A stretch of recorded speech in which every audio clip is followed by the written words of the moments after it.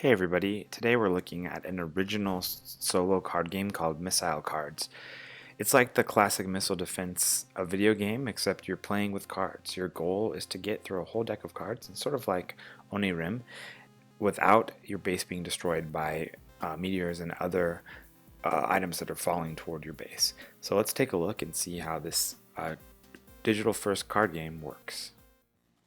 In missile cards, you are selecting cards which represent weapons that you can fire at comets as they come down this track. Once a card is pushed off, if it's a comet, it shows up in the playfield.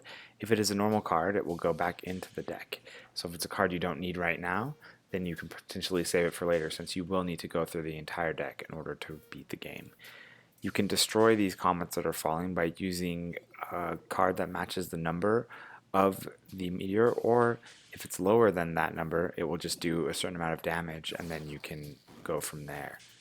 You have a main base which you need to protect, as well as side bases which can take any amount of HP and will just be destroyed. If you can make it through the deck with your base still standing, that means destroying all the threats that were coming at you, you win and can move on to harder levels. In missile cards, you can level up in the game and then buy upgrades for your base, which will allow you to progress further in the game. There is a stat screen where you can see kind of how you've done and how many times you've won or lost, which will usually be a lot of losses. On top of that, you can buy new cards for your deck from currency you earn while playing the game, and these will strengthen your strategies and allow you to take on new challenges.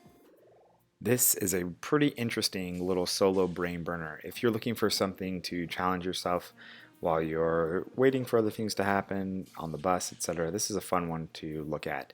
Onirim also scratches this itch, but this one has a cool retro style and also a little bit different gameplay, but very similar in terms of you're trying to manage your deck and save what you don't need for later, but do keep what you do need as weapons to attack with, since you don't know necessarily what will come up later, so you need to be prepared in the event that you're not ready for a further threat.